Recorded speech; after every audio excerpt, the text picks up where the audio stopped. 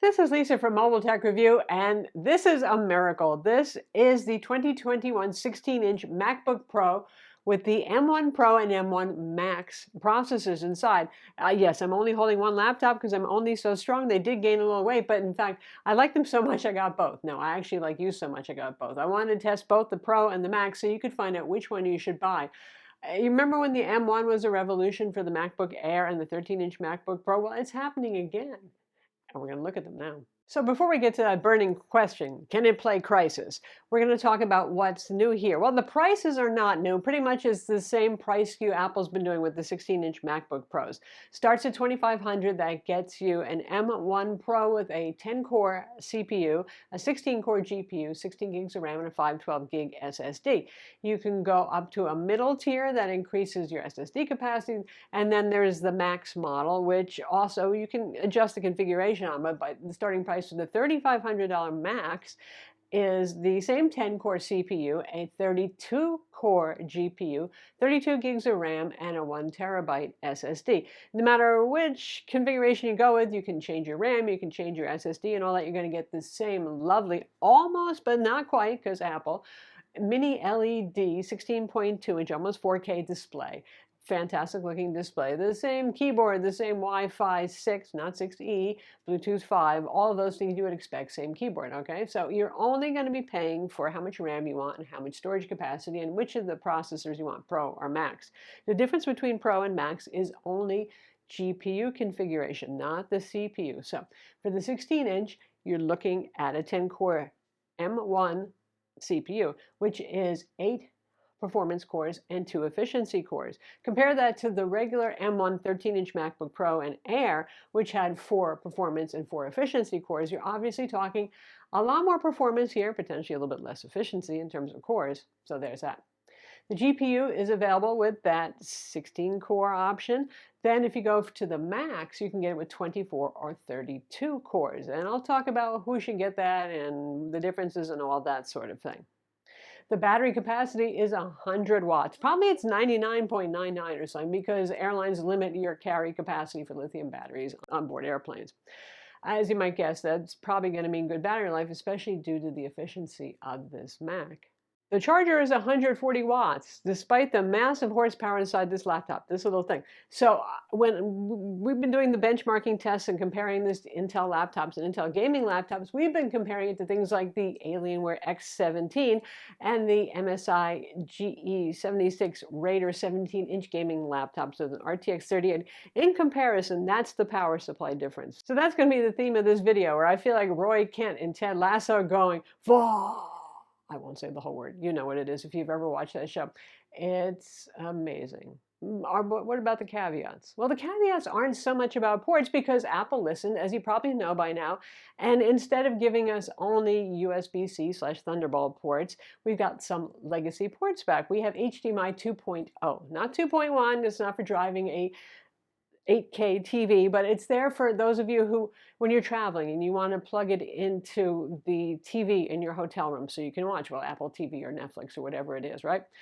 For projectors at work, for all that sort of convenience stuff, for everyday 4K TVs it works.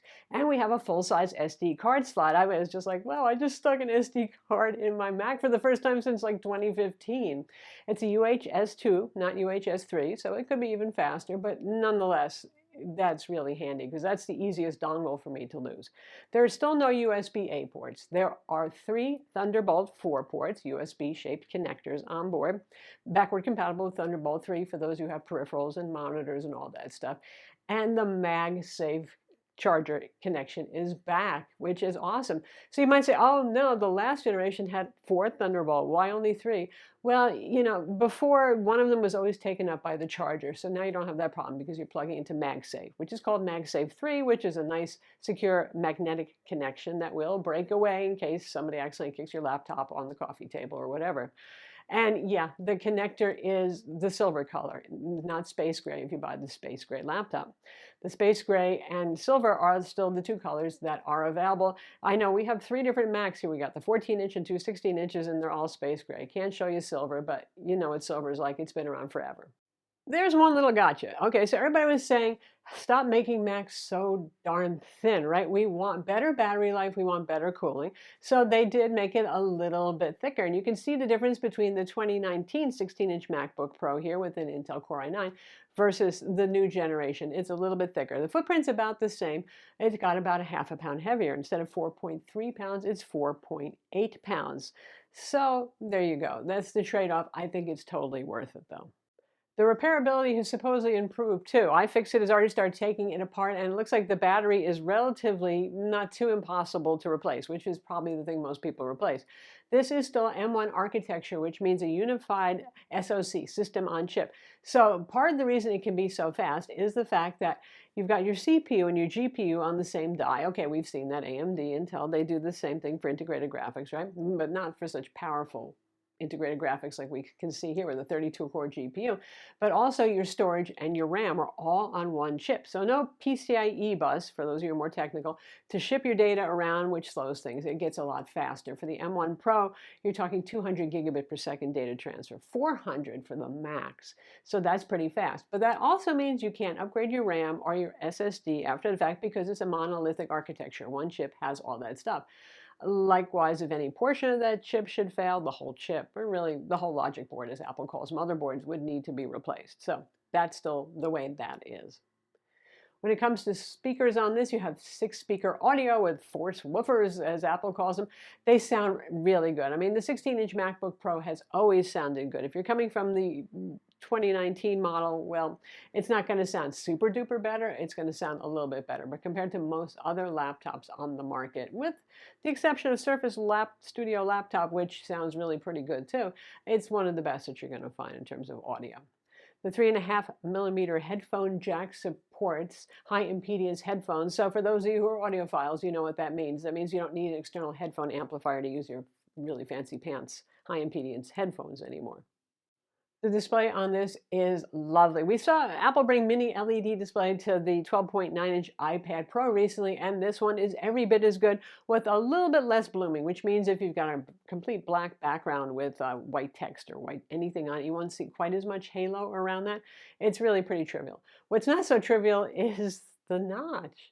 I mean, what, Apple? You know, do you think this is branding at this point? I don't know. My real strong guess here is that they were going to include Face ID, and supply constraints due to, well, we all know supply constraints for everything right now is just crazy. Meant that they couldn't do this since they're having enough trouble fulfilling Face ID parts for iPhones at this point. But anyway, it looks kind of silly. But they did add extra height. It's still a 16:10 aspect ratio display, so it's not eating into that 16:10 area of the display. They add a little extra display up top, which is where the menu bars are. And yes, the cursor just swings back and forth underneath it as if it wasn't there. Yes, occasionally you'll find an app that actually pushes icons out so far that you might see something look a little weird and glitchy, and Apple has added a temporary, they'll eventually get rid of it when developers update, a way to drop the menu bar down to take care of it. Anyway, I haven't had any functional issues with it. I just think it looks kind of goofy, but I guess you get used to it. And given how gorgeous this display is otherwise, well, you know. In conventional brightness, when you're using it in normal laptop mode, it's 500 nits of brightness, which has been typical of Apple. But in HDR content-wise, it supports up to 1600 nits. So you have that great contrast of mini LED with thousands of local dimming zones and all that sort of thing. That's how they do it. Full P3 coverage, still a glossy display. It looks great. And the amazing thing is pretty weird. If you're playing, say, HDR content in a window, the desktop can stay in SDR mode while that window is in HDR mode, which is pretty trippy.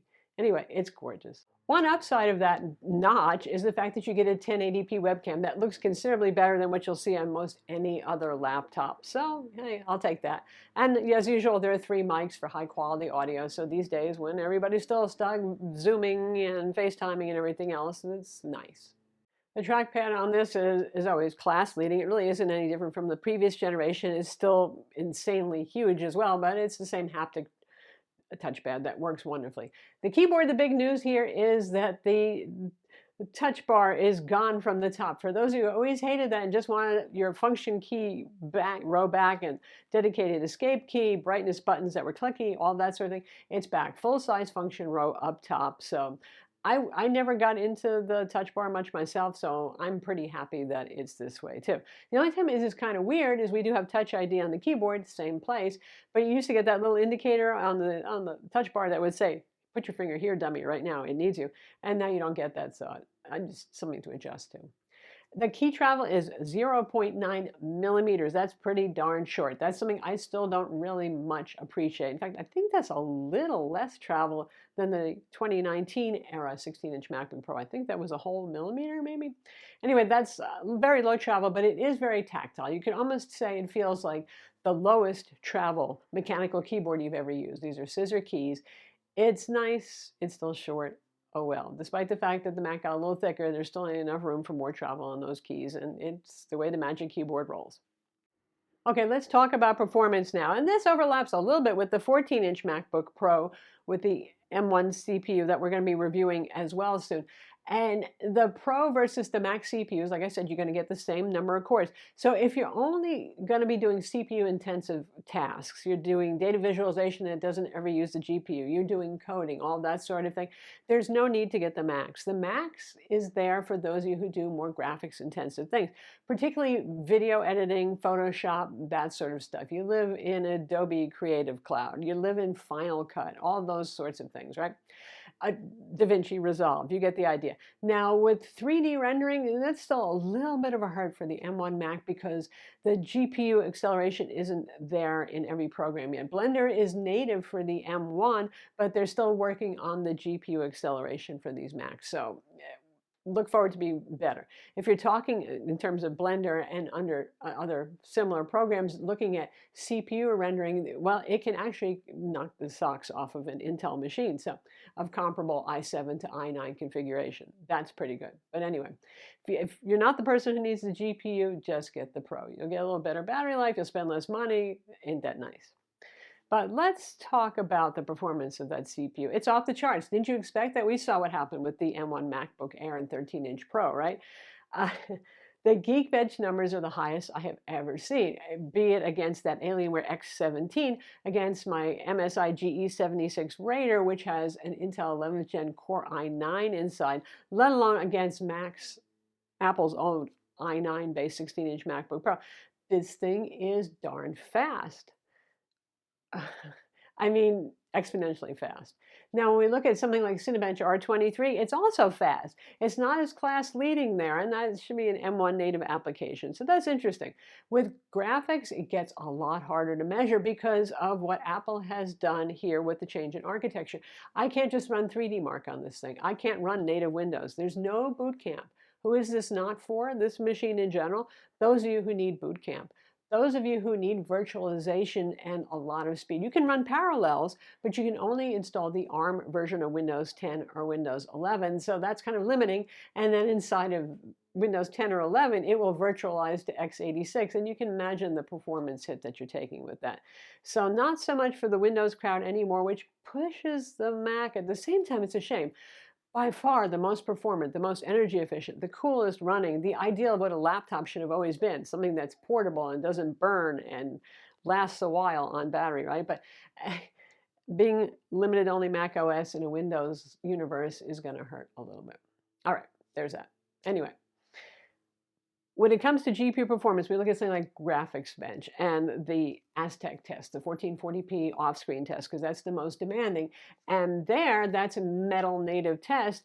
It really does very well. It holds its own against an RTX 3080 and those gaming laptops that I mentioned. And where it sits versus those is also going to vary depending on the wattage of the gaming laptop. You've got Razer Blades that are at the lower end. You've got the big 17-inch Alienwares and MSIs that are at the higher end of the wattage there. So real-world tests, these become a lot more important than graphics benchmarks when you don't have cross-platform benchmarks to use. And it's delightful stuff. For those of you, again, this is a machine for creative pros who are using something like Final Cut Pro, right? Obviously, the most optimized Apple makes that. It can be up to 4 times faster than my 2019 Core i9 MacBook Pro with Radeon graphics. Wow. And that's for the Max model. If you're looking at the Pro model with a 16-core GPU, then it can be up to 3 times faster. So you can see if you want your timeline and you got multiple 4K footage running there, you're even doing 8K, if you want the most buttery timeline and the very fastest export speeds, then the Max is the one for you. But you're not going to suffer too much if you go with the Pro with the 16-core GPU. If we look at something that is kind of more cross-platform, which would be Adobe Premiere, which is M1 native, they're still working on optimizations and all that sort of thing for it. It, again, is beating those gaming laptops, which is pretty impressive. By how much depends on the wattage of the GPU, but comparing it to RTX 3080 gaming laptops, again, anywhere from 15% faster to 33% faster. And that's Adobe Premiere, which is usually a little bit of a hurt for the Mac. And DaVinci Resolve, which is pretty well optimized for the Mac, that can be up to 2 times faster than an Intel-based machine with a good GPU. So as machines for creative pros, it's hard to do better than this. It really is. It's astounding. What about heat and fan noise? Okay, this is also pretty darn crazy. You know, anybody who's had that Core i9 2019 model 16-inch MacBook Pro knows, especially when you hook it up to an external display, which I always do, a 4K external display using both the internal and the external panel, that, man, you're always going to hear the fans. And my God, is it going to huff and chuff when you're doing something like exporting video in Premiere or any number of things, or Cinebench R23. So here's one right here. So Cinebench R23 heats up all laptops when we do tests, gaming laptops included.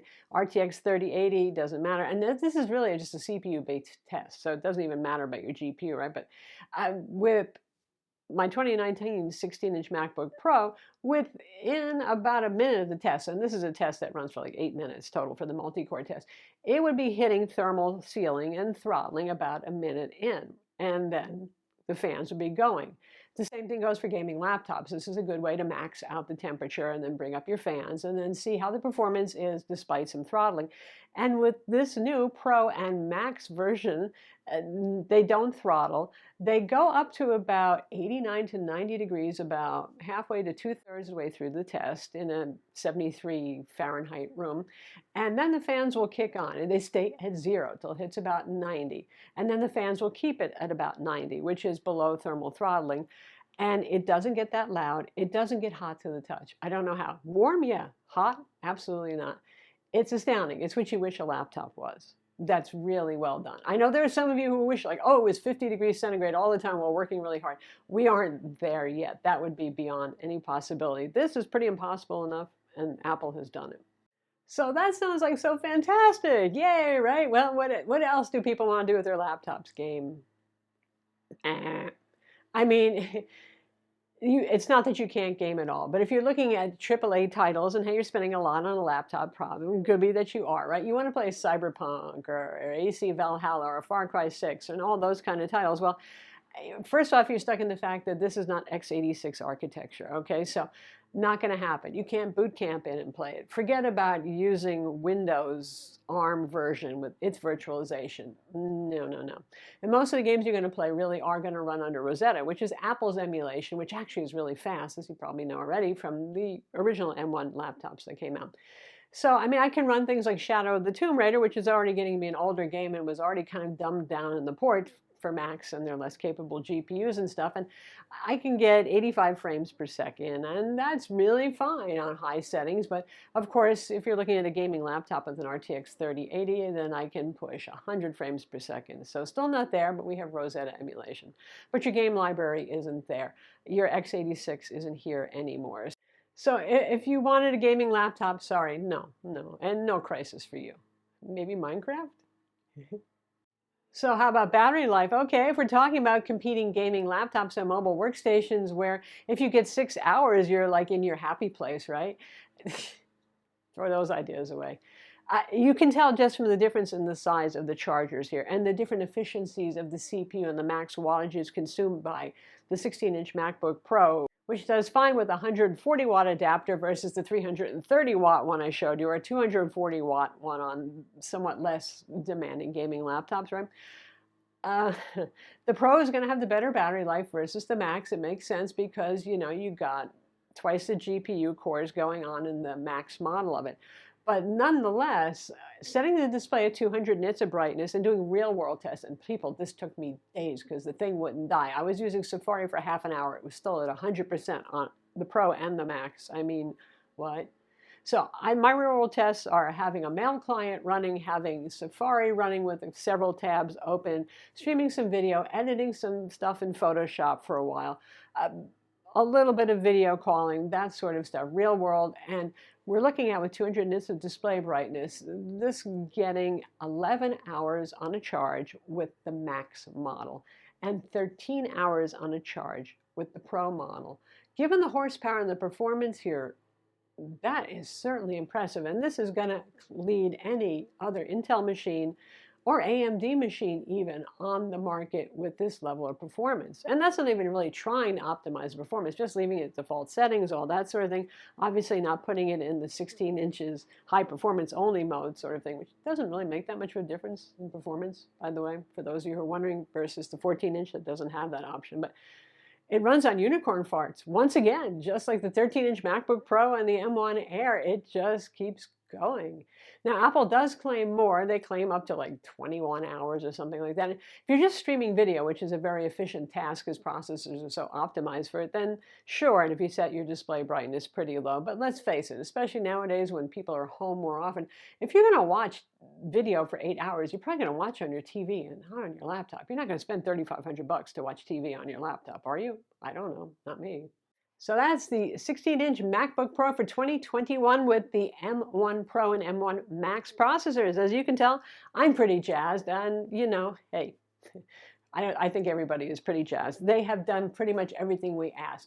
They gave us more ports, they gave us better cooling, they gave us this wild new processor with a integrated GPU that is kick-ass. It just is. A beautiful mini LED display, great battery life. It doesn't get hot to the touch. The fans are not roaring all the time, even if you're hooked up to external monitors. I mean, woohoo, for creative professionals, it's going to cost you some serious coin, but you're going to get some serious goodness out of this. I'm Lisa from Mobile Tech Review. Be sure to subscribe to our YouTube channel for more cool videos, and thumbs up if you like this vid.